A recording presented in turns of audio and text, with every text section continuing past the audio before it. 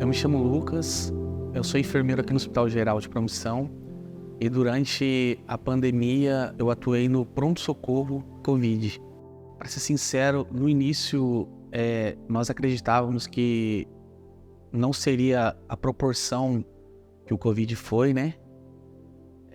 Porque demorou-se um tempo para chegar até aqui a doença, mas quando chegou naquele pico ali que muitas pessoas vieram a óbito, eu fiquei muito preocupado. Eu e todos os colegas, né? Tivemos medo realmente de contrair a doença e morrer. Meu nome é Ariane, sou enfermeira há 29 anos, tenho 49 anos de idade. Fui enfermeira da unidade de pronto-socorro destinada ao atendimento das vítimas de Covid. O impacto do Covid na minha vida teve grandes relevâncias em aspectos positivos e negativos. Todas as coisas e o convívio com a família, com os amigos, em que todos nós profissionais precisamos nos abster, foi algo que será irreparável. As tomadas de decisão frente às escassez de recurso no pico da pandemia, a gente vendo as pessoas sofrerem muito, foi um ponto muito negativo, considerando que a gente lidava com uma situação nova, onde pouco se sabia sobre as linhas de cuidado e a gente precisava fazer o melhor que a gente pudesse com o recurso que a gente tinha, tanto do ponto de vista de conhecimento como de estrutura. Meu nome é Cristina, eu tenho 50 anos. Eu participei de uma forma um tanto quanto direta da pandemia da Covid-19. No dia 17 de março de 2020, nós recebemos a notícia que iríamos fechar para lockdown e que a partir daquele momento o Hospital Geral atenderia somente pacientes vítimas de Covid-19. O nosso primeiro paciente chegou para nós com sintomas conhecidos, para nós até conhecidos, porém, os agravantes desse quadro, desse paciente, foram fazendo com que nós da enfermagem fôssemos aprendendo com cada paciente que ia chegando. E que esse paciente chegava até nós andando, falando, e que de um dia para outro esse paciente escapava pelas nossas mãos. Ele falecia. Bom, meu nome é Maria Isabel. Durante a pandemia eu trabalhei na clínica médica, antes trabalhava na clínica cirúrgica. E aí no começo foi muito difícil, porque a gente não sabia com que a gente estava lidando, né? Acho que ninguém sabia. Era tudo muito novo, exames todos demorados para chegarem. O primeiro caso positivo aqui no hospital foi da nossa enfermeira na época. Então foi assim uma confusão, porque todo mundo achou que todo mundo estava positivo. E na verdade não, apenas ela estava positiva, né? E aí a gente foi conseguindo, a gente perdeu amigos, 2 amigos muito próximos. Vimos pessoas que perderam parentes, né? Sobrinho, avô, tio, marido. E assim, os cuidados que a gente tinha, eu falo que com a graça de Deus, eu acho que eu fui a última a positivar. Meu nome é Edir, sou médico, sou cirurgião vascular e hoje estou na gestão do Hospital Geral de Promissão, que é administração direta do Estado. E como eu faço todos os dias quando eu saio de casa, eu peço a proteção divina, agradeço a Deus por tudo, agradeço a Deus por eu estar aqui, por ter conseguido ultrapassar essa tragédia, guerra, não sei nem como falar sobre a Covid, que nos pegou de surpresa e deixou com que a gente ficasse abalado até hoje. E até hoje nós temos sequelas dos profissionais que lutaram pela vida das pessoas. E eu queria aqui relatar para as pessoas tanto que foi difícil para nós essa luta, porque como a gente havia comentado já, é uma guerra, mas uma guerra onde a gente expunha todos, até na nossa família. Meu nome é Alexandre Damo, eu sou médico intensivista, responsável pela UTI de Promissão da Santa Casa de Penápolis, e na época do Covid a gente teve um enfrentamento da pandemia em 5 UTIs, né? Primeiro pela falta de profissionais para trabalhar nesses setores, uma realidade que como médico jamais imaginei que iríamos ir para enfrentar, né, ou passar. Um volume enorme de pacientes necessitando de apoio respiratório, as UTIs com déficit de equipamento, pedindo, implorando, tentando conseguir respiradores para todos os lados. Depois disso, tivemos um grande problema enfrentando a questão de insumos, principalmente sedativos, que pela larga utilização no país inteiro começaram a faltar e muitas vezes não chegava até nós no interior. E tínhamos que improvisar esquemas, muitas vezes não nos livros, mas na nossa experiência própria, montando, misturando drogas para que os pacientes tivessem um mínimo de conforto, uma coisa muito angustiante para a gente, né? E fora os dramas pessoais, as histórias que cada um de nós vivemos, com pacientes, com familiares, com aquela desilusão sempre da morte, tendo que dar várias notícias ao dia, né? De 1, 2, 3, 5, no mesmo dia, um esgotamento terrível da equipe. Eu sou o Dr. Neville Riema de Paula Júnior, sou cardiologista, mas atuo em UTI há 20 anos. Tive empenho direto na pandemia do Covid, tanto que junto na coordenação, como na procura de plantonista, que foi muito difícil achar médico que possa dar plantão. Muitos não vieram por medo, outros por receio, outros por familiares. Então a gente, junto com o Dr. Damo, a gente saiu caçando médicos que estavam disponíveis, treinando alguns outros médicos. Aí foi uma situação ímpar, né? Nunca vi nada, nunca imaginei que poderia acontecer o que aconteceu. Então eram UTIs superlotadas, falta de equipamento, falta de insumo. Muitos médicos, depois de um ou outro plantão, surtavam, entravam porque não aguentava ver o próximo ali. Então, pacientes jovens, crianças, gestante, tudo partindo. Eu me isolei, então eu tomava banho antes de sair daqui, tomava banho e chegar em casa, eu dormia separado da minha família, fiquei todos os períodos dormindo separado da minha família. O contato que eu tinha com a minha casa, eu comia separado, me alimentava separado da minha filha, da minha esposa. Minha filha era muito pequenininha na época. Me abdiquei do convívio dos meus filhos por 3 meses, porque no início da pandemia a gente não tinha ideia do tanto que ali ia demorar. Então eu optei por mudar para o hospital, por não retornar para minha casa no final de cada plantão, justamente para não os expor a risco. Pessoas da minha família traziam roupa limpa e levavam roupa suja e eu fui ficando. Então nós começamos a querer aprender cada vez mais, a buscar em cada paciente o que fazer, porque nem a ciência sabia o que a gente tinha que fazer. Nós não tínhamos curso de aperfeiçoamento, nós não tínhamos capacitação para isso. E nós fomos aprendendo em cada paciente a descobrir o que era a Covid-19. E isso mexeu muito com cada um de nós. A nossa equipe chegou a um ponto que nós não queríamos mais ir para casa. O pior, eu acho que era o medo de levar para casa e falar assim, eu sou a percussora, né? Eu tô levando algo pra dentro de casa. Acho que as pessoas que trabalharam no Covid, na verdade, a gente foi escolhido, mas antes a gente já tinha sido escolhido. Alguns casos marcaram muito, como das gestantes. Eu particularmente tive 2 ou 3 casos de gestantes em que morreram a mãe e a criança.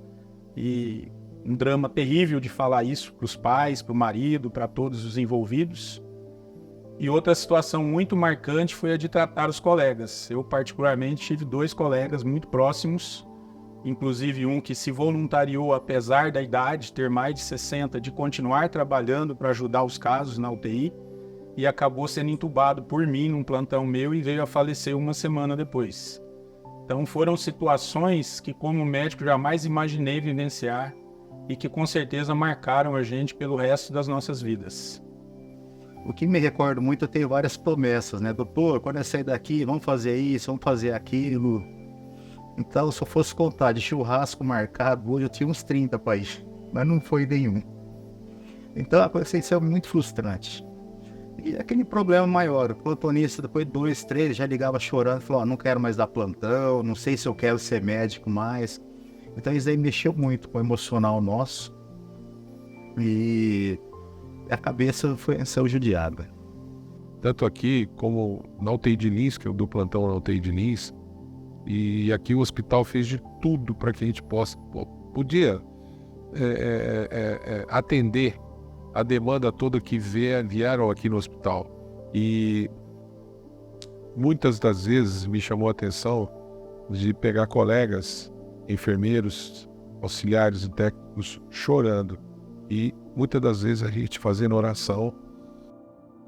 E isso daí eu participei, porque até hoje a gente vê que nós tivemos sequelas emocionais com todos os profissionais que tem aqui. Tinha um amigo meu,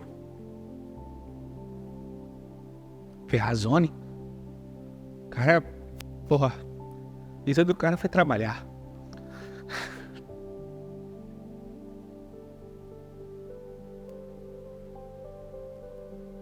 O cara trabalhava 36 horas, descansava 12, meu.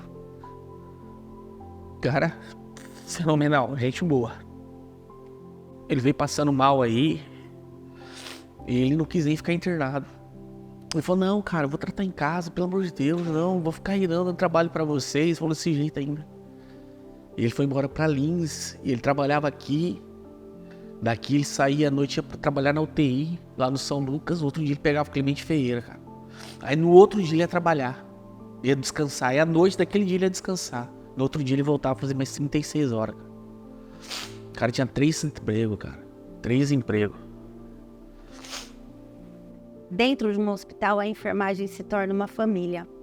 E, infelizmente, 2 membros da nossa equipe precisaram ir embora porque adoeceram durante a pandemia, inclusive durante o exercício do trabalho. Então, a nossa amiga Rosa, o nosso amigo Ferrazone, foram pessoas que estavam com a gente durante toda uma vida de trabalho e que eles se adoeceram cuidando de outras pessoas. Essa sensação é uma sensação muito ruim. Num primeiro momento, é uma sensação de revolta muito grande, porque nós não tínhamos como nos isolar da sociedade, nós não tínhamos como não sair de casa. Eu perdi um sobrinho com 30 anos, Guilherme, ficou aqui, foi entubado, não tinha nenhuma comorbidade, era um atleta, mas escapou pelas nossas mãos. Nós não sabíamos como lidar com a doença.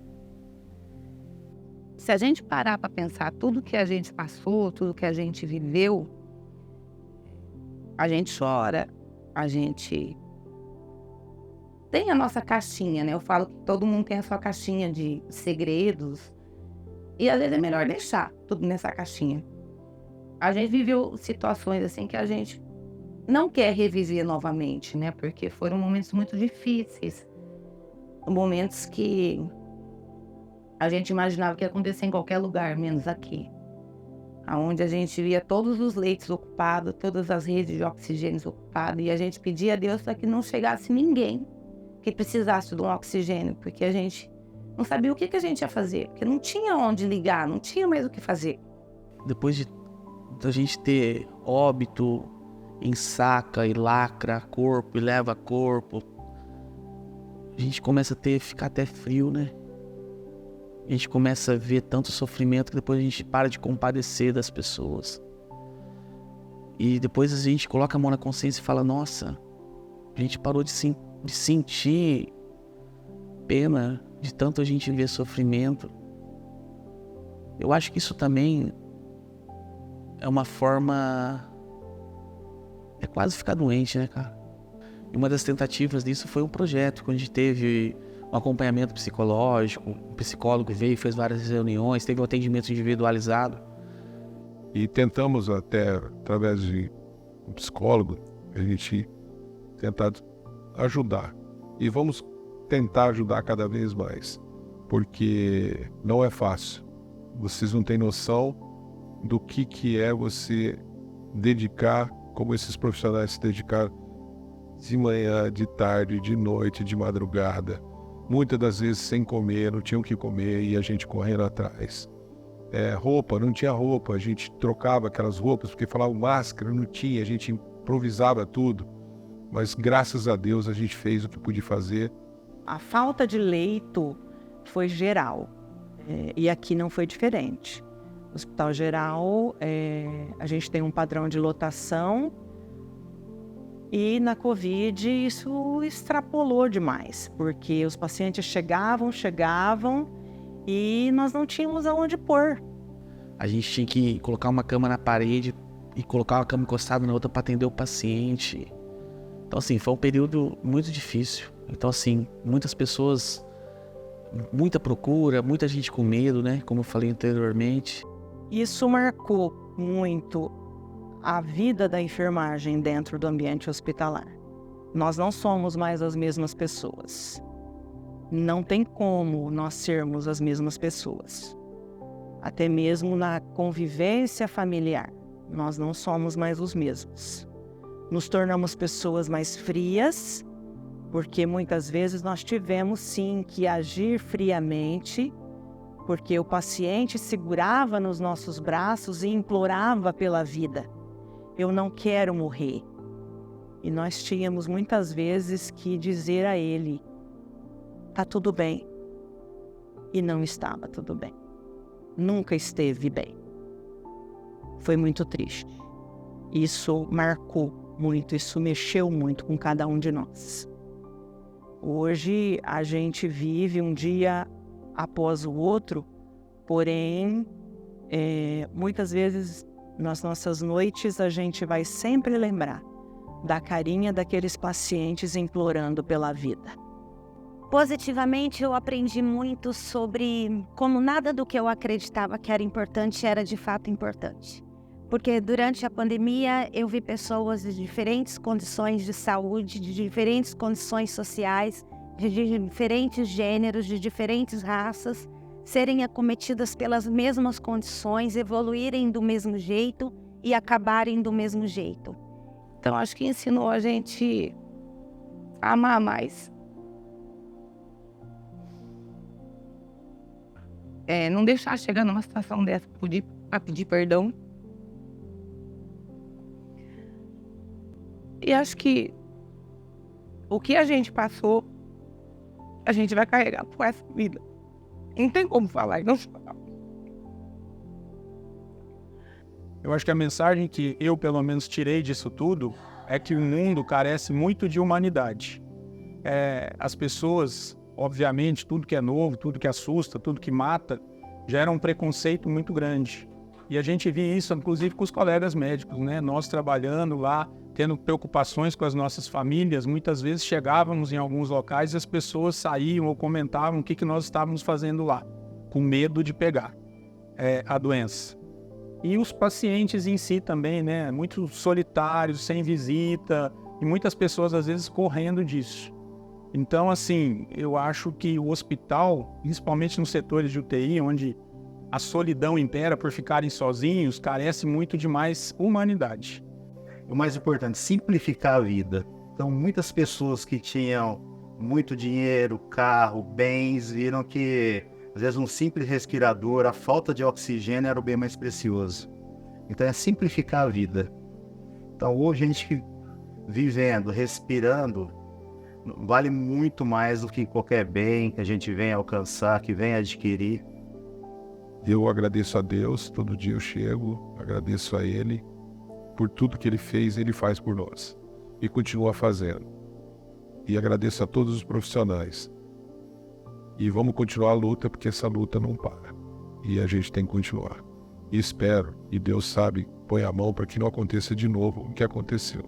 Naquele período era herói, foi aplaudido, homenagem atrás de homenagem, mas de reconhecimento efetivo, eu acho que faltou um pouco. As coisas, a gente sabe como as coisas são, né? Questão política e tudo mais. As pessoas levam para esse contexto. Eu acho que a enfermagem não busca isso. Esse reconhecimento ele só foi momentâneo para nós. Das pessoas para com a enfermagem, para com os funcionários dos hospitais mediante a Covid. Nós demos a nossa vida em troca da vida do outro, porém não houve reconhecimento.